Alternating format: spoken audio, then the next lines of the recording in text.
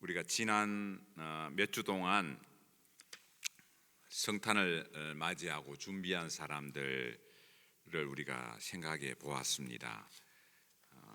목자들도 있었고 동방 박사도 있었고 베들레헴에 살았던 베들레헴 다윗의 동네 사람들도 우리가 생각해 봤는데요. 역시 성탄절의 주인공은 예수님이죠. 예수님을 맞이하기 위해서 준비한 사람들 우리가 생각해 보았고, 오늘은 성탄을 기념하는 그런 예배니까 예수님에 대해서 한번 생각해 보는 그런 시간이 되면 좋겠습니다. 예수님이 태어나기 700년 전에 구약시대에 활동했던 이사야라는 선지자가 예수님이 오시면, 메시아가 오시면 메시아는 이런 분이다, 그렇게 메시아의 속성에 대해서 이렇게 예언을 해놓은 말씀이 오늘 본문인데요. 한 세 가지 정도로 우리가 생각해 보려고 합니다. 예수님은 어떤 분인가? 메시아는 어떤 분인가? 첫 번째는 메시아는 빛으로 오신 분이다. 요한복음 1장 4절에 가면 예수님을 묘사할 때에 예수님은 그 안에 생명이 있는데, 예수님 안에는 그 생명이 나타나는 것은 빛으로 나타났다, 그렇게 성경은 기록하고 있습니다. 예수님의 그 속성 속에 생명이라는 굉장히 중요한 핵심이 있는데, 이 생명이 사람들에게 나타날 때는 빛으로 나타났다, 그렇게 설명하고 있어요. 여러분, 태양은 예수님께서 가지신 빛하고는 비교가 안 되겠지요. 그런데 태양 안에도, 그러니까 말하자면 빛이라는 속성을 가지고 있는 태양만 보아도 그 속에 생명을 일으키는 속성이 있어요. 질소, 인산, 가리라는 속성이 태양 속에 있거든요. 그러니까 이런 식물이 살아나기 위해서는 태양을 봐야 돼요. 동물도 마찬가지예요. 사람도 마찬가지예요. 사람도 태양을 못 보면 죽습니다. 영양이, 비타민 D가 부족해서. 그러니까 모든 생물은 태양에서 나오는 그 영양소를 받아서 생활하지 않습니까? 생명이 살지 않습니까? 마찬가지로 하나님의 영으로 창조되는 사람은, 인간은 하나님의 생명, 하나님의 그 빛으로 주어지신 그 빛을 통해서 우리가 생명을 유지할 수 있다. 요한복음 1장 9절에 가면 그렇게 또 설명하고 있어요. 이 빛은 참 빛이다. 참 빛. 참 빛인데 이 빛이 세상에 와서 각 사람에게 비치는 빛이다, 그렇게 이 빛을 설명하고 있습니다. 이 세상의 빛하고는 비교할 수 없는 정말 참 빛이 세상에 오셨고, 이 빛은 각 사람에게 빛이었다, 이렇게 설명을 하고 있습니다. 이 빛을 통해서만 우리가 살아갈 수 있습니다. 그런데 이 빛 안에는, 빛 안의 속성 가운데는 어둠과 죄악과 거짓을 물리치는 속성이 있어요. 제 고향의 교회에 과수원을 하시는 이장로님이라는 분이 계세요. 지금은 이제 소천하셨는데 저희들이 어릴 때 그 이장로님에 대해서 너무 얘기를 많이 들었어요. 너무 인자하시고 그냥 그냥 예수님 같아요. 너무 인자하시고 덕이 많으시고 교회를 위해서 그렇게 충성하시고 교회의 일은 그냥 발벗고 이렇게 나서서 하시고 하던 그런 훌륭하신 분이셨거든요. 그런데 이 과수원을 하시니까 가을에 이제 사과 농사가 되어서 사과가 다 익어서 있을 즈음에는 꼭 이렇게 질이 안 좋은 사람들이 사과를 따러 온대요. 그러면 이 장로님이 주무시다가 밖에서 뭐 부시럭부시럭 소리가 나잖아요. 그러면 손전등을 가지고 나가요. 나가신 이유가, 이 장로님이 나가신 이유가 뭐냐면, 근데 나무에 올라가서 이제 사과를 따고 이렇게 하는데 혹시 어두운 데서 사과를 따다가 발을 헛디뎌 가지고 다칠까 싶어서 장로님은 손전등으로 그 빛을 비춰주려고 그렇게 나가신 거예요. 그러니까 그래서 이제 나가서 그렇게 장로님이 말씀하셨대. 얘들아 다칠라. 그러니까 조심해서 내려오너라. 그러면서 손전등을 비추는 거예요. 어떻게 됐겠습니까? 그 나쁜 마음으로 왔던 사람들이 그냥 놀래가지고, 사실은 그 손전등을 비춘 이유는 다치지 말라고, 발 헛디디지 말라고, 깜깜한데 나무 가지에 이제 비춰주신다고 장로님은 그렇게 선하고 착한 마음으로 비춰주셨는데, 비침을 받은 이 사람들은 빛이 쫙 비치니까 그 길로 그냥 막 걸어만 날 살려라 도망을 갔대요. 그래서 제가 그 말씀을 들으면서, 이 빛 속에는 뭐 이렇게 사람을 뭐 이렇게 왜 그렇게 훔치러 왔느냐 뭐 하는 그런 말이 없어요. 그런데 빛 자체가 가지고 있는 속성 가운데는 거짓을 없애고 불의한 것을 없애고 또 죄악을 밝혀내는 그런 속성이 빛 가운데 있어요. 우리 가운데 이 빛. 그런데 참 빛으로 오신 예수님은 더더구나 그렇겠죠. 예수님이 스스로를 나는 부활이요 생명이라 그렇게 말씀하시고, 나는 빛으로 세상에 왔다 그렇게 말씀하셨으니까 예수님을 우리가 모시는 그것이 우리가 정말 참 빛으로 살아가는 거죠. 오늘 본문에 이사야 9장 1절에 보면 스불론 땅과 납달리 땅을 소개해요. 스불론과 납달리는 야곱의 12아들 가운데 이제 아들인데, 이게 나중에 이제 지파가 되지요. 그런데 스불론과 납달리 지파는 상당히 소외된 지파예요.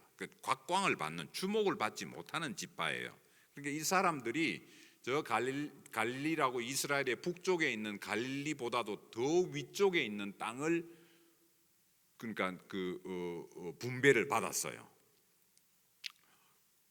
그러니까 그 위쪽에 이제 산단 말이죠. 그러니까 외적이 위에서부터 적들이 쳐들어오면 그 지파부터 당하는 거예요. 그러니까 스불론과 납달리 지파는 늘 마음속에 불안과 염려와 근심이 있어요. 없을 수가 없어요. 근데 오늘 본문 1절에서 소개하기를 여호와께서 스불론 땅과 납달리 땅이 멸시를 당하게 했지만은, 그러나 이방의 갈릴리를 영화롭게 하신 것처럼 내가 스불론 땅과 납달리 땅을 다시 한번 빛으로 소개하겠다 그렇게 얘기해요. 이 스불론과 납달리 땅은 마치 여러분 그 포레스트 검프라는 영화를 보면 그 주인공이 너 어디 출신이야 그러니까 뭐 알라바마 뭐 출신이라 그러잖아요. 미국에서 알라바마 그러면 굉장히 시골로 생각한다면서요. 그런 식인 거예요. 이스라엘 사람들이 어디 출신이야 그럼 갈릴리라 그래도 굉장히 시골 취급받았잖아요. 예수님 제자들이 아이고 시골 뛰기가 왔구나 그랬는데, 갈릴리보다도 더 시골에 있는 땅이 스불론과 납달리 땅이에요. 그 스불론과 납달리 땅을 내가 회복시키겠다. 하나님께서 이사야 선지자를 통해서 그렇게 약속을 하세요. 2절로 가볼까요? 9장 2절. 흑암에 행하던 백성이, 스불론과 납달리 땅이지요, 늘 불안하고 염려가 있고 늘 조심스럽고 외적의 침입에 늘 불안했던 그 땅이, 그 흑암에 행하던 백성이 큰 빛을 보겠다. 예수님께서 이 땅에 오시면 700년 후에 메시아가 이 땅에 오시면 스불론과 납달리 땅에 흑암에 있던 그 지파를 내가 회복한 것처럼 빛으로 우리에게 오시겠다. 첫 번째 속성이 예수님은 우리에게 빛으로 오셨다 그렇게 말씀드렸습니다. 빛이 있는 곳에는 자연스럽게 어둠이 사라진다. 어둠 안 물러가라 할 필요가 없어요. 빛이 있으면 그다음 어둠은 사라지는 거예요. 여러분 우리 마음 속에 어둠이 지배하고 거짓이 지배하고 불의가 들이닥칠 때 하나님 이거 좀 물리치게 해주세요. 이거 좀 나가게 해주세요. 그렇게 얘기할 필요가 없어요. 예수님, 빛 대신 예수님 우리 마음속에 모시면 그 불의와 거짓과 그 슬픔과 고통과 흑암은 저절로 물러나는 거예요. 할렐루야지요. 그 빛으로 오신 예수님이 오늘 우리가 기념하는 겁니다. 미가서 7장 8절에 보면 나의 대적이며 나로 말미암아 기뻐하지 말지어다. 나는 엎드려질지라도 일어날 것이요 어두운 데에 앉을지라도 여호와께서 나의 빛이 되실 것이미로다. 그렇게 고백했어요.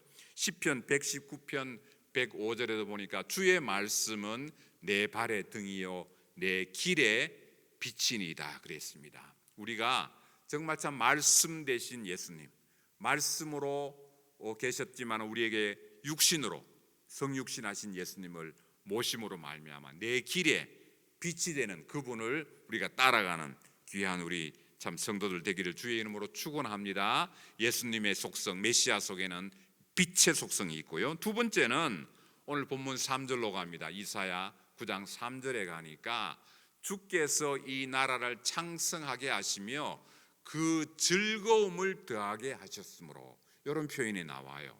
예수님의 메시아의 속성 두 번째는 우리에게 즐거움을 주세요.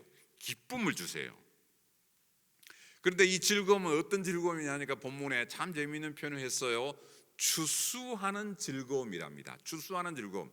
그 여름에 그 땡볕에 그렇게 수고하고 봄에 씨를 뿌리고 잡초를 뽑아내고 물을 주고 그렇게 열심히 농부가 그렇게 그 곡식을 기르지 않습니까? 가을에 추수할 때 즐거움이 얼마나 크겠어요.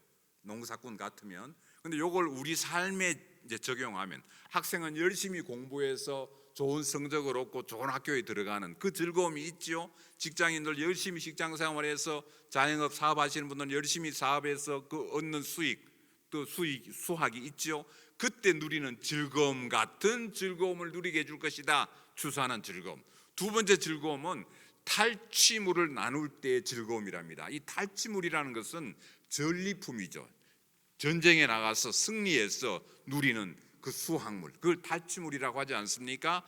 내가 너희들에게 메시아가 오면 즐거움을 줄 텐데 그 즐거움은 우리가 열심히 노력해서 얻는 그 즐거움, 그리고 전쟁에 나가서 승리해서 얻는 즐거움, 그런 즐거움을 얻게 해줄 것이다. 그렇게 이사야 선지자는 얘기하고 있습니다. 본문 4절로 가봅니다. 그들이 무겁게 맨 멍에, 그들의 어깨에 채찍, 그 압제자의 막대기를 주께서 꺾으신답니다. 그래서 우리에게 찾아오는 즐거움, 그렇게 본문은 이야기하고 있습니다. 마태복음 11장 28절 29절에도 보니까 수고하고 무거운 짐진 자를 예수님이 초청하시면서 29절에 가서는 나의 멍에를 메고 내게 배우라.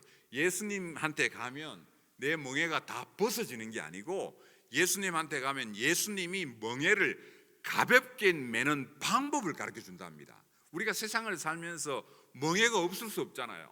우리가 예수를 열심히 믿는다고 해서 내 고통이 다 사라집니까?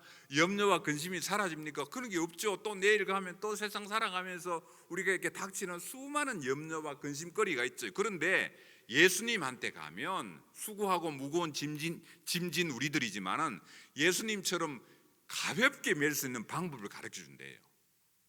그러면서 우리의 마음이 쉼을 얻는답니다. 그래서 예수님이 내게 와서 배우라 그래요. 짐 매는 방법을 배우라 그럽니다.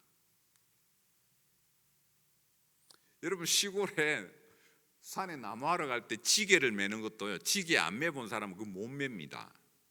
지게를 지게를 진다 그러죠. 그것도 자꾸 매봐야지 지는 거예요. 그 매는 방법이 있어요. 군인들이 그 배낭 뒤에 그 배낭을 꾸리는 것도 방법이 있어요. 그 방법대로 하면 훨씬 쉬워요. 가벼워요. 그 방법, 이 주님께서 우리에게 너희가 각자에게 막 묶여 있는 십자가를 지고 나를 따라올 텐데 그 십자가를 어떻게 지고 따라오는지 그 방법을 내게 배우라. 예수님 그렇게 말씀해 주십니다. 그러니까 말하자면 고난과 어려움과 슬픔과 고통이 없을 수 없는 우리 인생길인데 그 인생을 살아가면서도 예수님을 통해서 그걸 가볍게 전하는 방법을 배운단 말이에요. 이 인생의 세팅이 바뀌지. 만약 여러분 연극 무대라고 생각해 보십시다. 제 아내가 늘 그런 말을 자주 해요. 아내가 학창 시절에는 너무너무 불우한 그 가정에서 자랐어요. 나중에는 다 예수님 믿고 이제 군사님 되시고 그렇게 천국 가셨지만, 장인 장모 되시는 분이 참 그 젊으셨을 때 장인 되시는 분은 술을 그렇게 좋아하시고 그냥 뭐 폭력을 휘두르고 그렇게 막 거칠게 사신 분이셨어요. 거기 삼남매로 자라는 이제 저희 아내 형제들이 굉장히 집에 들어오면 아버지가 술 드신다 그러면 그때부터 불안한 거예요. 언제 폭력이 시작될지 모르니까. 그런 인생을 살았어요, 학생 때. 그러다가 이제 그 중학생 때 그 부산에 있는 그 수영로 교회라는 교회를 출석하게 됐어요. 수영로 교회가 지금 해운대에 왔지만은 해운대로 이사하기 전에 그 수영 로타리 부근에 있던 그 교회, 거기에 출석을 하면서 그 중간에 오빠가 먼저 예수님을 만난 거예요. 너무 좋으니까 누님한테 소개하고, 동생, 제 집사람이죠, 소개를 했어요. 세 남매가 집에는 너무 불우한데, 집에 오면 너무 걱정이 많은데 교회에 가면 너무 좋은 거예요. 그러니까 아침에 학교 갈 때 교회 가서 기도하고 학교 가고, 또 집에 올 때도 그래서 교회 가서 기도하고 집에 오고, 그 생활을 한 거예요. 그러니까 이제 그 뭐라고 표현하느냐면, 연극 무대, 아까 말씀드렸잖아요. 연극 무대 그대로 있어요. 세팅은 그대로예요. 그대로 있는데 여러분 신기한 게요, 조명이 탁 바뀌면 이 연극 무대가 분위기가 달라져요. 우리가 그렇게 해보면 좋은데 우리는 이제 여러 색깔이 없으니까 이게 블루 색깔로 있던 그런 조명이 환한 색깔로 바뀌면 이 세팅이 따뜻한 분위기로 바뀌어요. 그러니까 말하자면 우리 인생의 이 세팅은 그대로 있는데 거기에 빛 대신 예수님께서 우리를 비추면 그게 이 기쁨으로 바뀐다는 거예요. 그래서 그 삼남매가 앉아가지고 어느 여름에 수련회를 갔다 와서 너무 예수님 은혜를 이제 깊이 체험하고는, 우리가 나중에 커서 뭐가 될래? 예수님이 참 먼 고생하는 그런 다른 나라에 가서 선교사가 되는 걸 제일 기뻐하실 것 같아. 그럼 우리 세 명이 앞으로 선교사가 되자. 그래가지고 저는 그것도 모르고 그 결혼했다가 선교사 붙들려 가가지고 죽을 고생하고 그랬다는 걸. 그러니까 어떤 분이 물어요. 아이고 선교사님, 사모님 그렇게 고생했지요. 사모님이 어떻게 목사님 선교지 가라 그러니까 간다고 그럽니까? 웬걸 집사람이 더 좋아했으니까. 자기는 어릴 때 서운한 것대로 갔으니까. 제가 힘들었죠. 제가 그 뒤 따라가느라고. 근데 그렇게 삶이 바뀌더라고요. 그리고 세 남매가 다 아프리카에서 만났거든요. 그러니까 그 커플들은 뭐 영문 모르고 따라온 거죠. 세팅은 그대로 있지만 우리에게 환한 빛을 비추시면 분위기가 달라진다는 거. 주님께서 우리에게 주시는 즐거움의 멍에를 매자. 이거 두 번째입니다. 세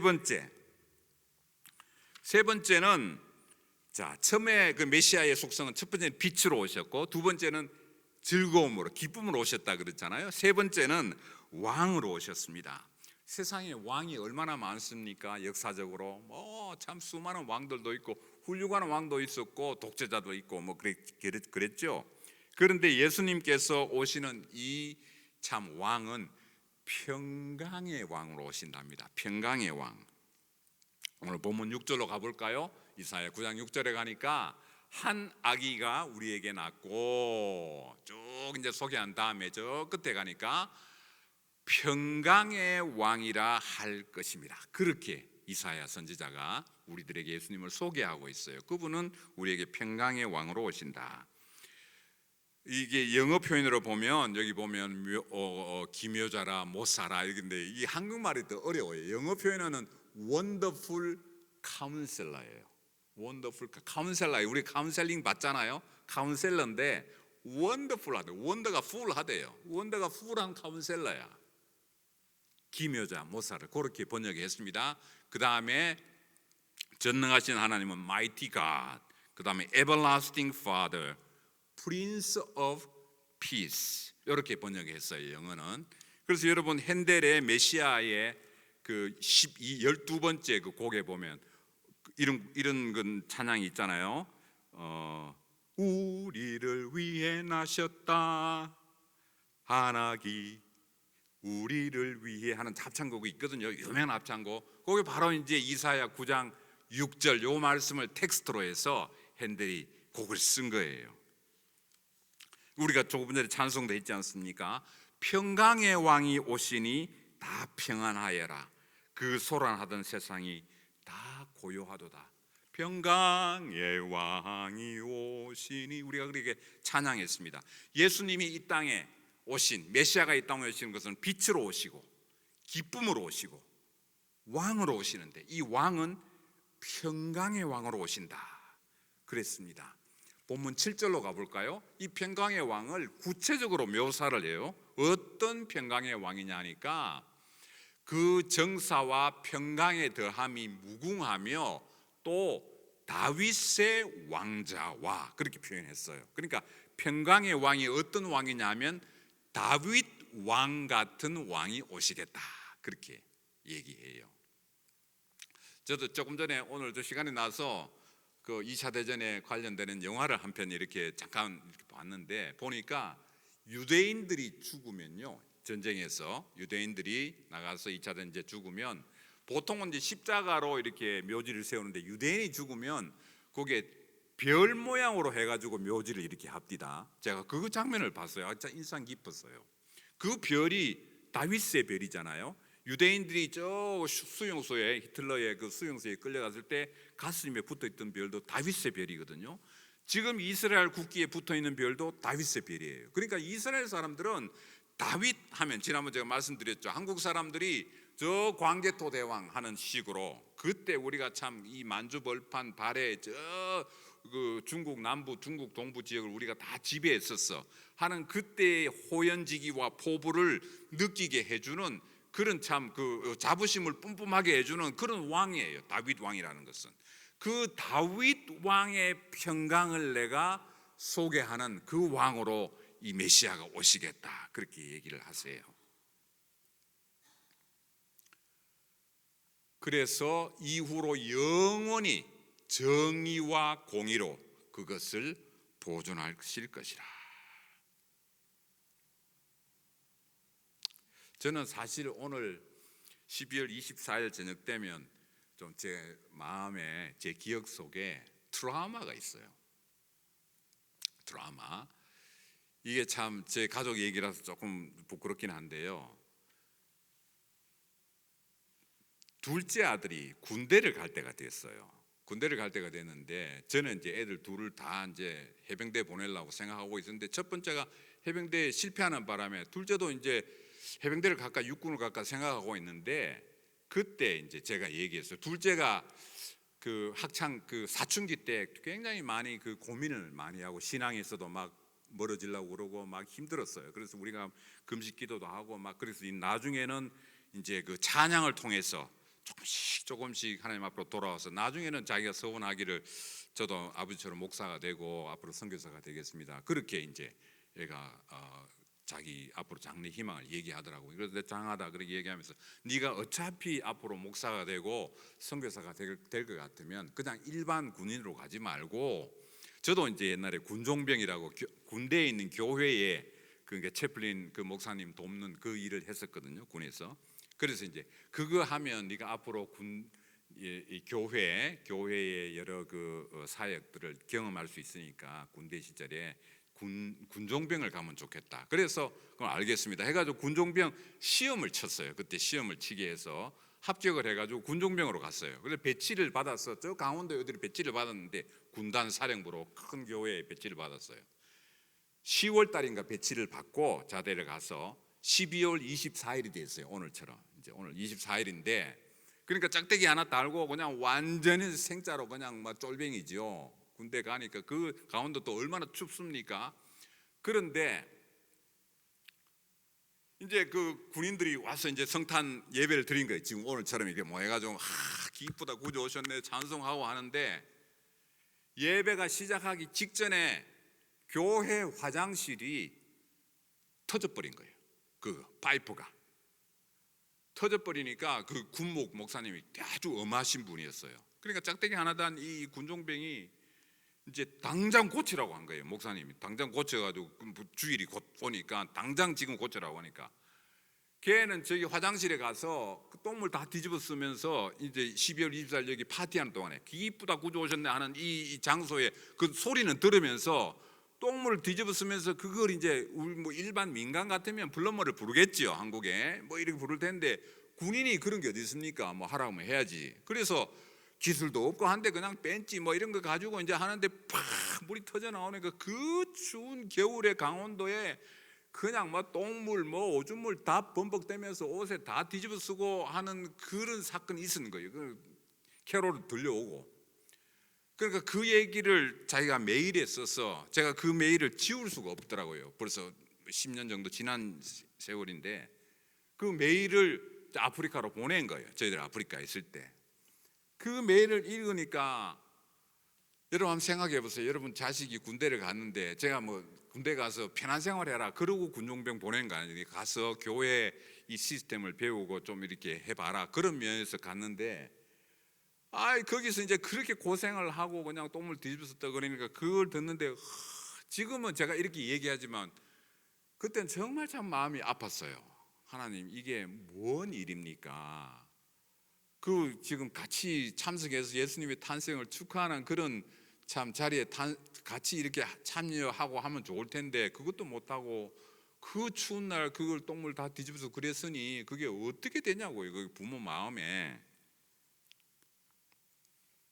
한동안 제가 참 이 12월 24일 하면 이게 고개가 절레절레 흔들려질 정도로 많이 새벽기도 가서 좀 많이 울기도 했어요. 하나님, 어쩌시려고 이렇게 고생을 시킵니까?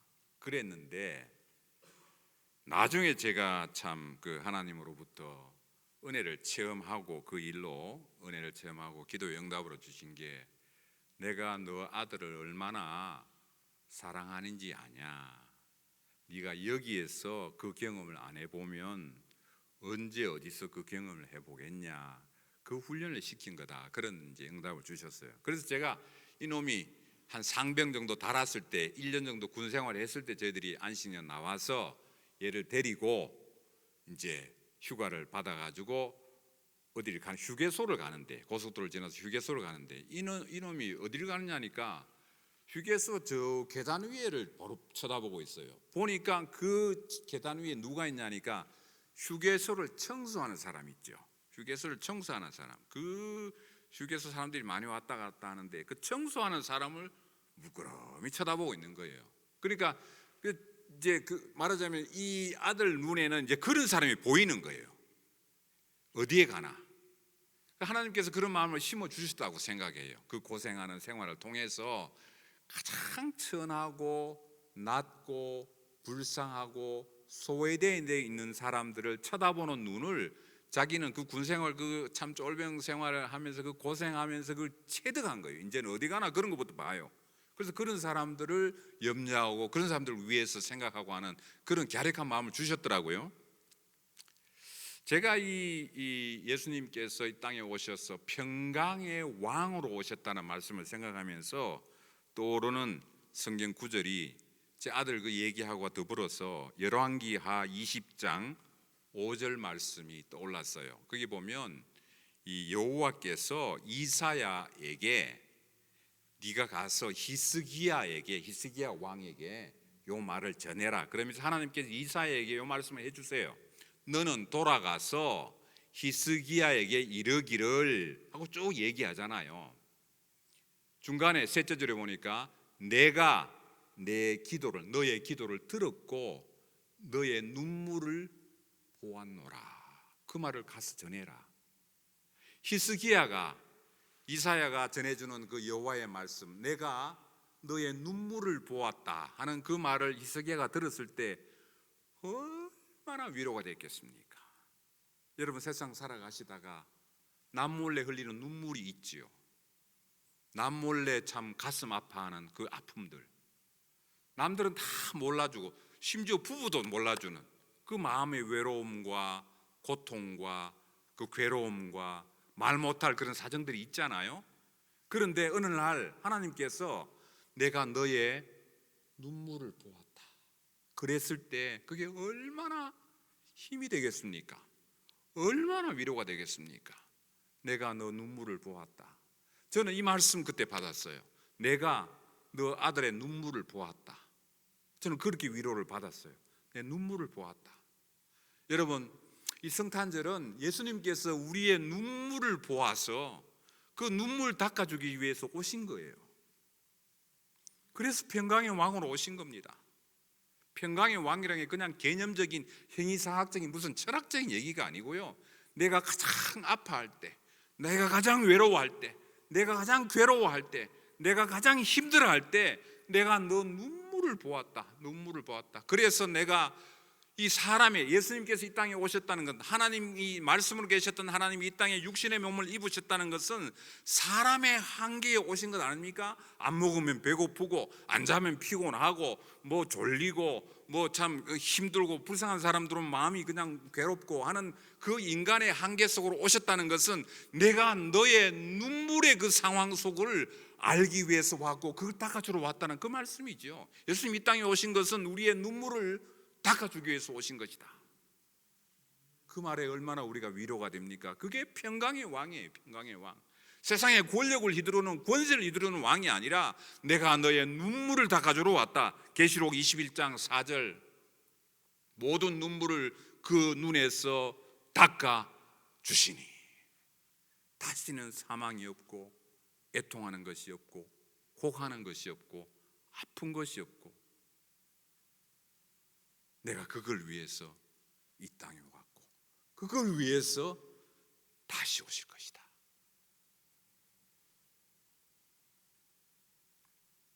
우리 시간이 있으면 우리 CCM 가운데 그런 찬송이 있어요. 주 예수 오셔서 내 슬픔 아셨네, 나의 앞길도 내주하셨네, 내 눈물 그 눈물 위하여 내가 죽었노라 하는 찬송이 있어요. 내가 그 눈물을 위해서 내가 죽었다. 그런 예수님이 이 땅에 오신 날입니다. 말씀을 맺겠습니다. 예수님이 이 땅에 메시아로 오셨는데, 그 메시아는 빛으로 오신 메시아, 우리에게 기쁨으로 오신 메시아, 우리에게 평강의 왕으로 내 눈에 눈물을 닦아주시고, 내 가슴에, 내 인생의 가장 기쁜 골짜기를 통과할 때에 내 손을 잡아주시는 그런 평강의 왕으로 오셨다고 이사야에서 말씀하고 있습니다. 하나님께서 이사야를 통해서 주신 말씀, 내가 빛으로 기쁨으로 평강의 왕으로 올 텐데, 그 평강의 왕으로 또 빛으로 기쁨으로 오신 그 메시아를 어떻게 이 삶 속에서 성도들 가운데, 성도들의 생애 가운데 성취하게 이루어지게 해줄 것인가? 결론입니다. 본문 7절 하반절입니다.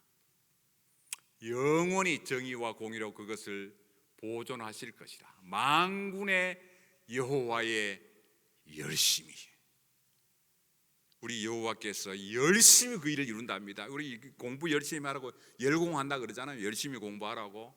여호와도 열심히 그 일을 이루실 것이다. 우리에게 빛으로 오시기 위해서, 우리에게 기쁨으로 오시기 위해서, 우리에게 왕으로 오시기 위해서, 우리의 눈물을 닦아주시고, 우리의 눈물을 들으시고, 우리의 고통을 싸매어주는 그 왕으로 오실 때 내가 그 일을 이룰게, 내가 열심을 다해서 이룰게, 그렇게 우리에게 약속하고 계십니다.